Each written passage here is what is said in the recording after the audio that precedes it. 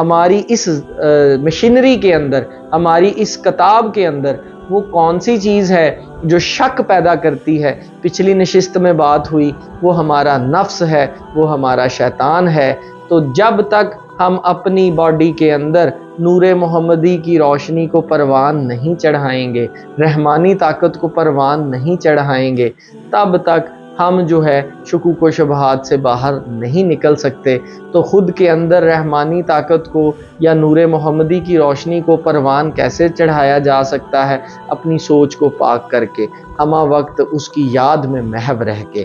تو ناظرین آگے چلتے ہیں، آپ کا رب آپ کو کیا کہہ رہا ہے، آپ کا رب آپ کو کیا احکامات دے رہا ہے۔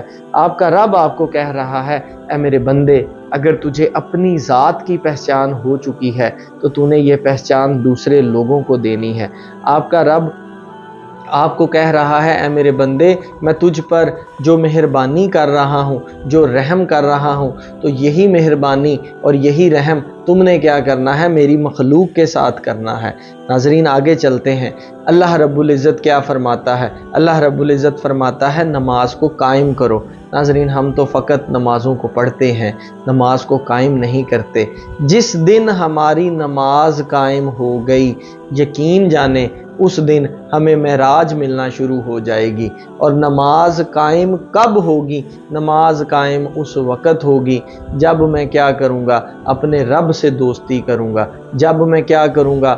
وہ کام کرنے شروع کر دوں گا جو اللہ کے پیارے حبیب نے کیے۔ اللہ کے پیارے حبیب نے کیا کیے؟ رب کے پیغامات اس کی مخلوق تک پہنچائے۔ تو آپ کو رب کا جو پیغام سمجھ آئے، آپ وہ پیغام رب کی مخلوق تک پہنچائے، اب رب سے دوستی کر لیں۔ تیسرے نمبر پر آپ کی نماز قائم کب ہوگی؟ آپ کی نماز قائم اس وقت ہوگی جب آپ اس کی رضا پہ راضی رہنا جو ہے وہ شروع کر دیں۔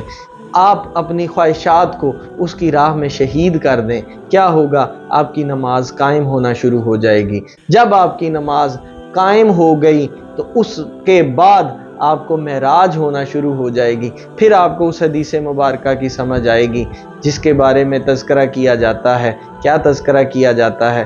کہ نماز مومن کی معراج ہے۔ معراج کا معنی ہوتا ہے بلندی پہ جا کے ملاقات کرنا۔ پھر آپ کو آپ کا رب جو ہے وہ ملے گا اور آپ کو آپ کے رب سے جو ہے وہ ملاقات کرائی جائے گی۔ لیکن اس کے پہلے ہمیں اپنے اندر یہ وصف، یہ خوبیاں پیدا کرنی ہوں گی، پھر بات بنے گی۔ ناظرین آگے چلتے ہیں، آپ کا رب ارشاد فرماتا ہے، تو کیا کر رہا ہے میرے بندے؟ تو میرے ساتھ تجارت کر، مال کی شکل میں تجارت کر۔ جو علم میں نے تجھے عطا کیا وہ دوسروں تک پہنچا، اس شکل میں میرے ساتھ تجارت کر۔ اپنا وقت میری راہ میں خرچ کر دے، اس شکل میں میرے ساتھ تجارت کر۔ تنہائی میں بیٹھ کے سوچئے گا، کیا ہم اپنے رب سے کسی بھی قسم کی تجارت کر رہے ہیں؟ تو جب ہم رب کے احکامات کو مان ہی نہیں رہے تو ہمارا رب ہماری بات کو کیسے مانے گا؟ ہم جتنی مرضی دعائیں کرتے جائیں، اس سے جتنی مرضی مدد مانگتے جائیں، جب تک اس کے احکامات پورے نہیں کریں گے تب تک ناظرین بات نہیں بنے گی۔ آگے چلتے ہیں، چیزوں کو سمجھنے کی کوشش کرتے ہیں۔ ناظرین اللہ رب العزت نے انسان کے اندر دو طاقتیں رکھ دیں۔ انتخاب کس کا؟ انتخاب ہمارا۔ اللہ رب العزت فرماتا ہے جھوٹ کو چھوڑ دو، انتخاب کس کا؟ انتخاب ہمارا۔ اللہ رب العزت فرماتا ہے اپنے اندر سے طمع نکال دو، لالچ نکال دو، انتخاب کس کا؟ انتخاب ہمارا۔